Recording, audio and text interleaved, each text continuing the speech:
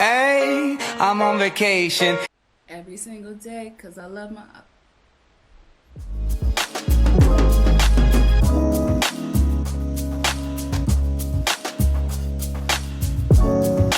I'm Jessica, and you've reached the destination. What's up, y'all? Welcome to my channel. My name is Jessica, and I live in Chongqing, China. This week's destination is my least favorite city in the entire country, Beijing.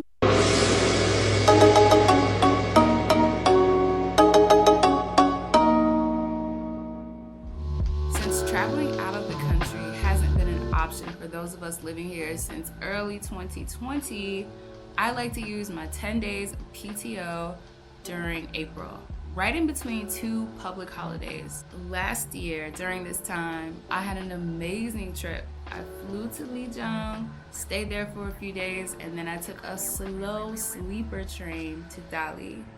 It was a great trip. I love traveling during this time of year because it's spring, so the weather is generally good everywhere, and it's in between two holidays, so crowds are minimal, which means I usually get the entire tourist site to myself. And Hello. Hi. 给大家介绍一下自己。什么？听不懂。Where are you from? I'm from the USA. USA. Oh. Okay. 现在在重庆。对。This year, I scheduled my plans around the birthdays of two friends. Jenna's birthday is April 5th, and Elise's birthday is April 9th.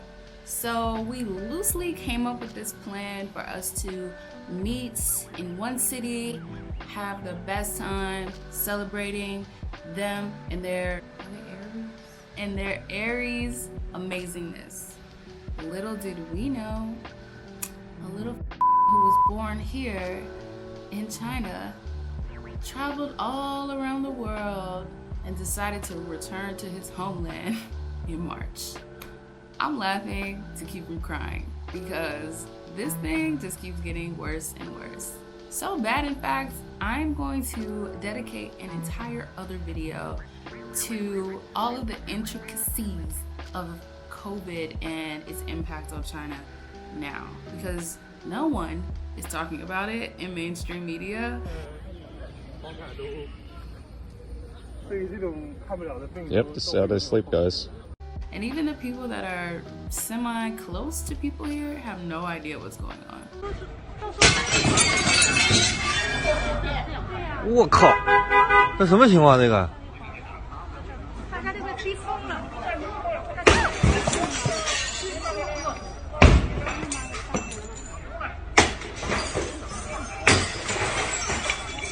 我去，这干嘛呀？这个人？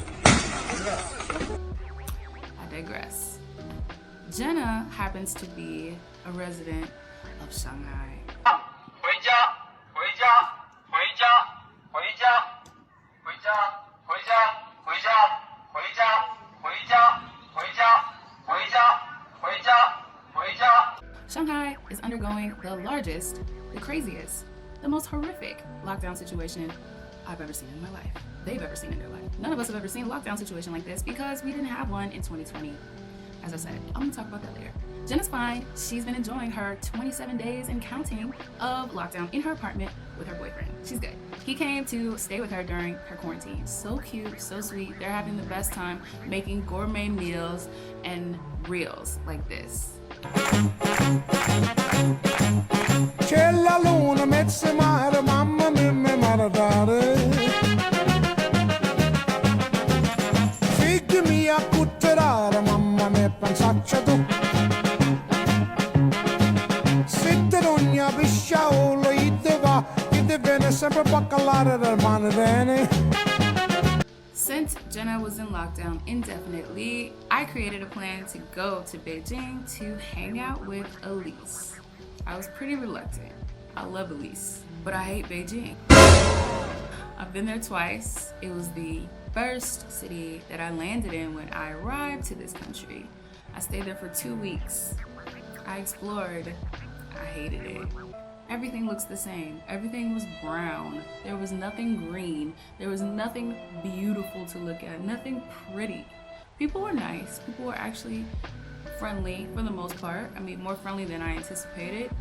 Not like, hey, how you doing, foreigner? But like, if you needed help, they would help you. It was very polluted. I literally wore a mask the entire time I was there if I went outside. And this was in 2018, before mask wearing was like a thing. The food, Chinese food, was mediocre. They have all the Western restaurants and that food was good, but I'm in China for my first time. I didn't want to eat that. I wanted to eat Chinese food. So I left there thinking, I'm so glad I don't live here. The second time I went to Beijing was also for work. I went to a training. I was there for 2 days and I felt exactly the same. This time, none of that mattered because I was going to celebrate my friend's birthday. And she had a plan of her own to change my opinion of her beloved Chinese hometown. My trip began before it even began, because in my email, I had this itinerary planned by none other than the Elise Lightyear herself. I am not a planner, y'all. I am a person who basically throws a dart at a map and says, I'll figure it out when I get there. I have never been good at planning trips, despite what my Instagram may look like. I just kind of wing it. Like, I look up a few things that I might be interested in, or maybe I learned about something in passing, and then I just go for it. Not too long ago, Elise moved into a very spacious apartment, which means I didn't have to look for a hotel. I was able to stay with her. Yay! I arrived on a Thursday afternoon. She was still at work, gave me access to everything I needed to let myself into her apartment, so that's just what I did. And this is what I found when I arrived. Oh, look at this. Is this for me? It is for me. Oh my gosh. Look how thoughtful this is. Look at this. Let me turn on the lights. This is incredibly thoughtful. She's trying to make me stop saying I hate Beijing. I have the best friends in the world. Once she got home from work, we caught up. Then we went out for drinks with none other than Lauren in China.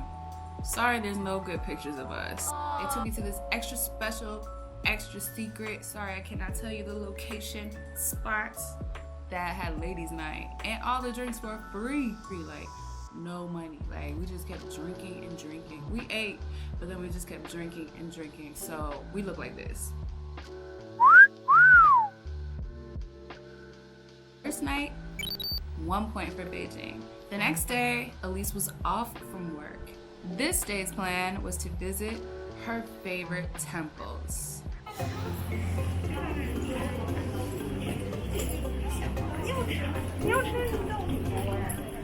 lot of people feel like if you've seen one temple, you've seen them all. And some people, some people, find the beauty in temples that are unique. For example, in Chongqing, we have this temple with a huge golden Buddha statue and a beautiful lotus pond. One of the highlights of Sanya is this cultural park with a goddess that stands 108 meters over the South China Sea. It's really beautiful outdoors and inside, where you can't take pictures because there's a whole lot of bling bling bling up in there. I was in Xiamen for Chinese New Year this year, and I wanted to do something traditional. So I visited Nampo Tuo Temple to get blessed for the good year, Arling RR. This temple is unique because it has a cleansing ceremony before you enter. It was really beautiful, and it was a bonus that the signs were also in English. Oh, almost forgot this video is about Beijing. Not trying to play my friend here, but basically all the temples we went to looked exactly the same. Red and blue walls, animals on the roofs, gold accents. It's all pretty much the same. So minus 1 point for Beijing. The next day was Saturday, aka Elise Day, April 9th. It was Elise's birthday. And this is what we came for. I woke up from my Moroccan bed to a beautiful sunny day. no pollution in sight, and we headed to San Latune to brunch. Happy birthday, happy birthday, dear Elise. Happy birthday to you. Go, quick. And then we headed to an escape room. I had never done one of these before, neither had Elise or Lauren. I think John was the only one who had once. So this was going to be an adventure for all of us. The clues were in English. I don't think any of us would have survived if they were in Chinese, but the logic was very Chinese. I guess that should be expected. I mean, we are in China. What I mean by that is there was a trivia portion.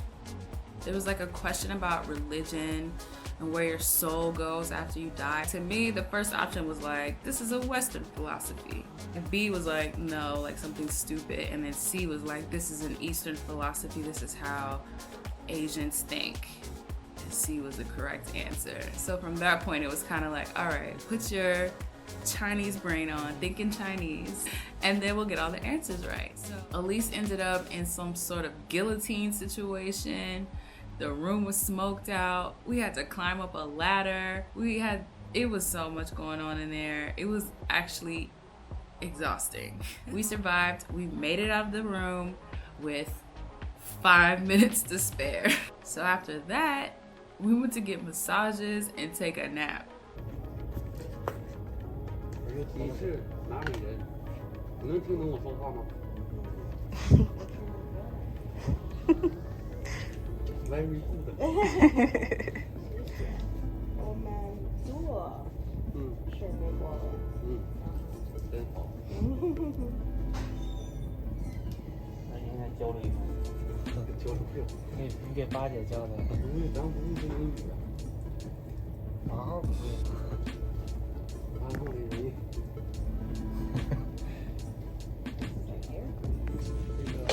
有漏气儿的感觉。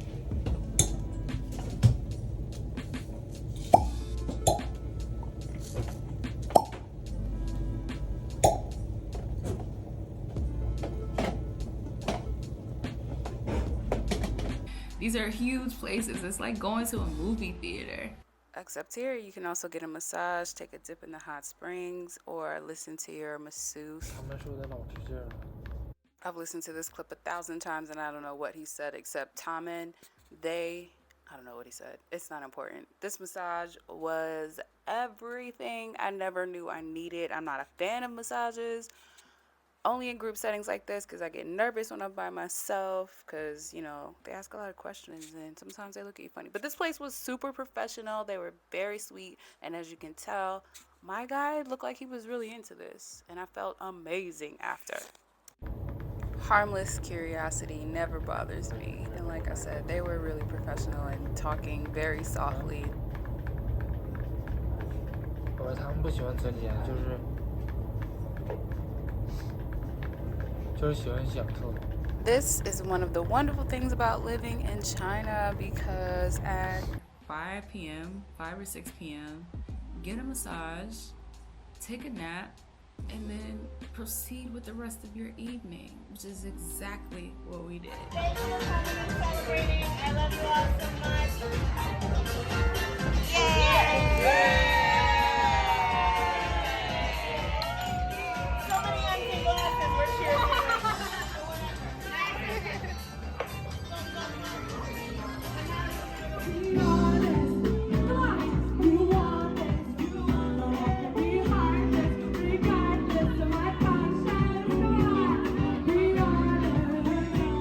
You are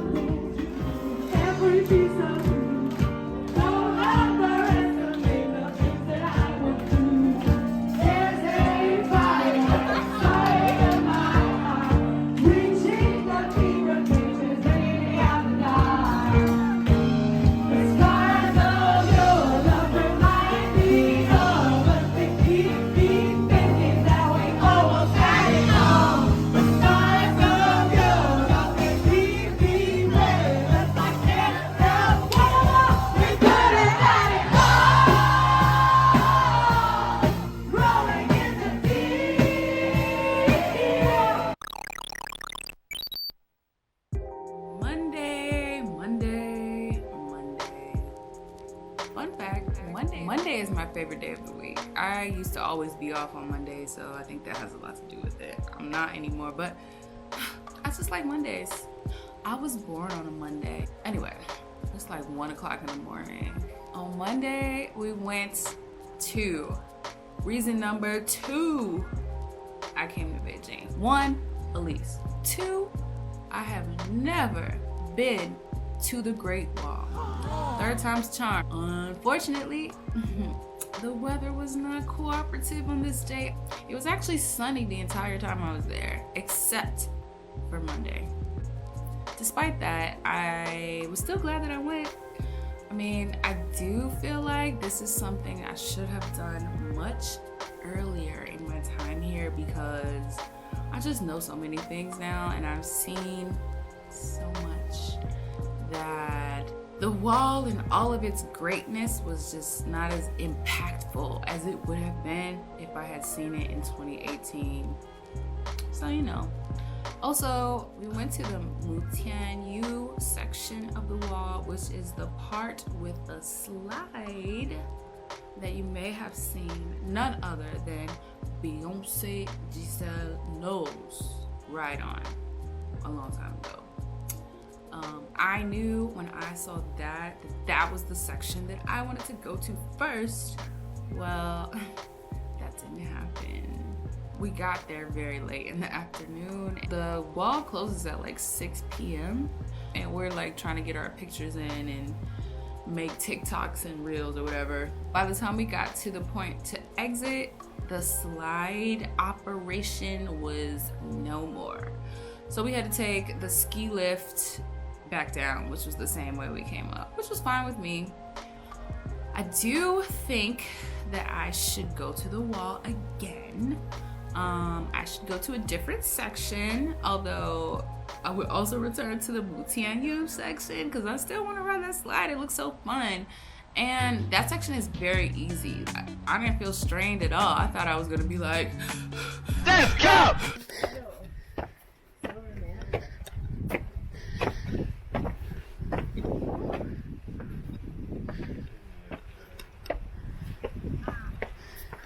Babies were on that section. That's the section you need to go to if you don't really want to hike, if you don't want to exert too much energy, you just want to take some pictures. That's a great section to go to. Take the ski lift up, take the ski lift down, or take the slide down. You can walk down if you want. Anyway, I need to go back to the Great Wall. Thank you, come again. I'm still glad I went. I'm grateful I've gotten a chance to see something that took thousands of years and thousands of humans to create. Tuesday, Elise still didn't have to work. It's not my story to tell. She didn't have to go to work, which is great because then she could spend all her time with me. So Tuesday we went to the Hutongs. We went to this place where like you enter through a restaurant and then you go through a secret door and then you go up a spiral staircase and then you're on a rooftop and it's a bakery and like a cafe. And it was great. I loved it. I love that. I love stuff like that. Living in mountain cities like Pittsburgh, Medellin, Chongqing has me super spoiled when it comes to rooftops, but you know, this is cute or whatever, I'll take it. After visiting the Hutongs a few times during this trip, I can see why some expats like living here in the Hutongs, where you get that traditional environment but with a lot of modern amenities.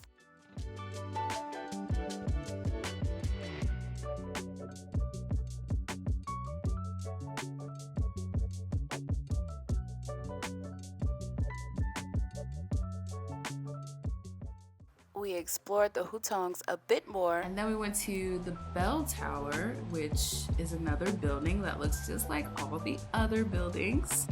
But inside that building is something very interesting.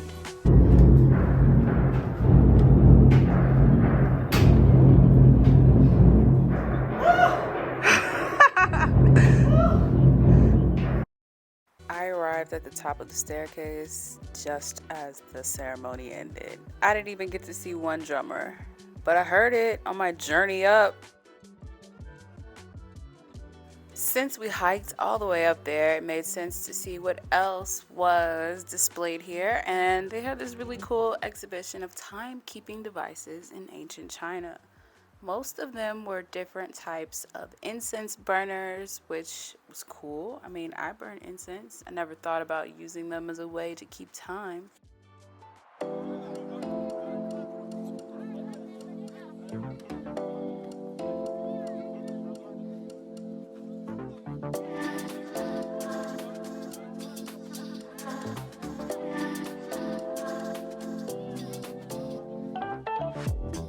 At around 8 incense past sunrise, it was time to head down the steepest staircase ever, see the last few sights of spring in Beijing, and head to the airport.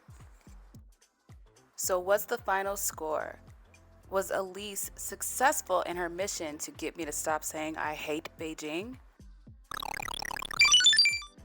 Yes, it was a success. I do not hate Beijing. There are a lot of wonderful things about this city. It's beautiful in the springtime. There are a lot of good restaurants. And there is a very diverse community of expats here, which make a city like this worth living in. Thanks for watching this video. I hope you enjoyed it. Stay tuned for the next destination. Bye.